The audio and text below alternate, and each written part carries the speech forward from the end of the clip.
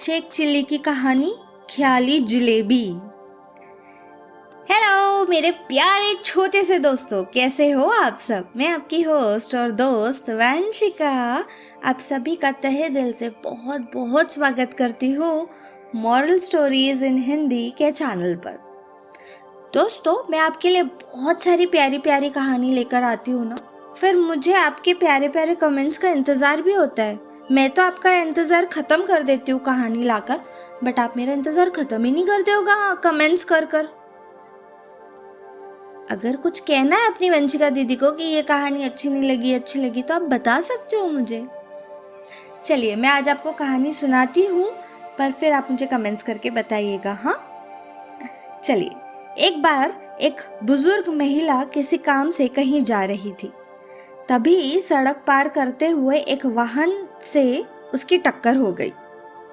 गाड़ी के टकराने से महिला बेहोश होकर नीचे गिर गई और वाहन चालक मौके से फरार हो गया।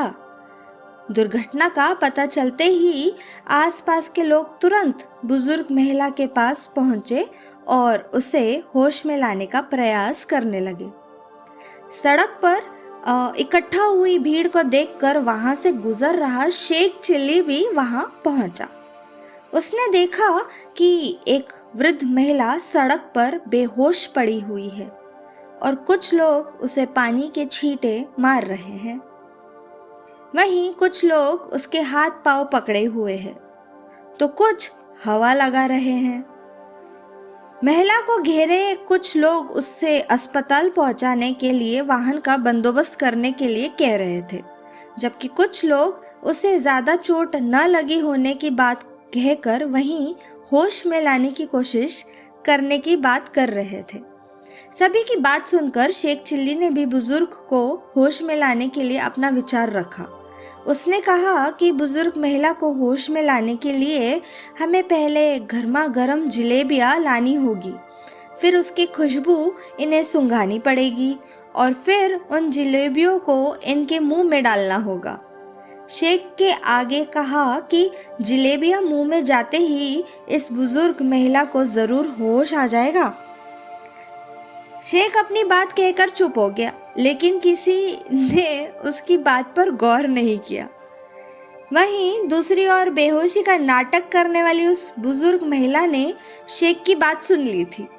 वह जलेबियाँ खाने के लालच में यूं ही आंखें बंद करके पड़ी रही।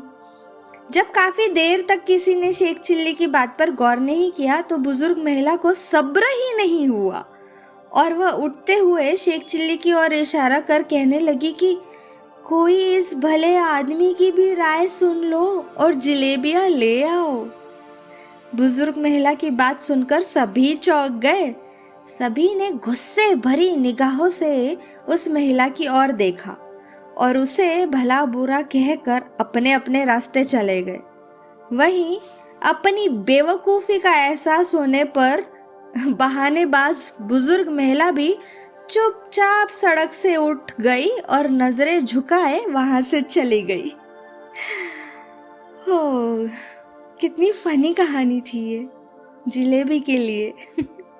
कहानी से क्या सीख मिलती है दोस्तों? कहानी से हमें ये सीख मिलती है कि कभी भी झूठ नहीं बोलना चाहिए या नाटक नहीं करना चाहिए।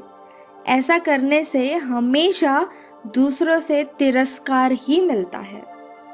तो दोस्तों, अगर आप छोटी छोटी बातों के लिए भी कभी झूठ बोलोगे ना, तो ये वाली सीख आप याद रखिएगा। आपको जो चाहिए आप अपने मम्मी पापा से कह सकते हो, वो आपको दिला देंगे, बट उसके लिए भी झूठ नहीं बोलना, ठीक है?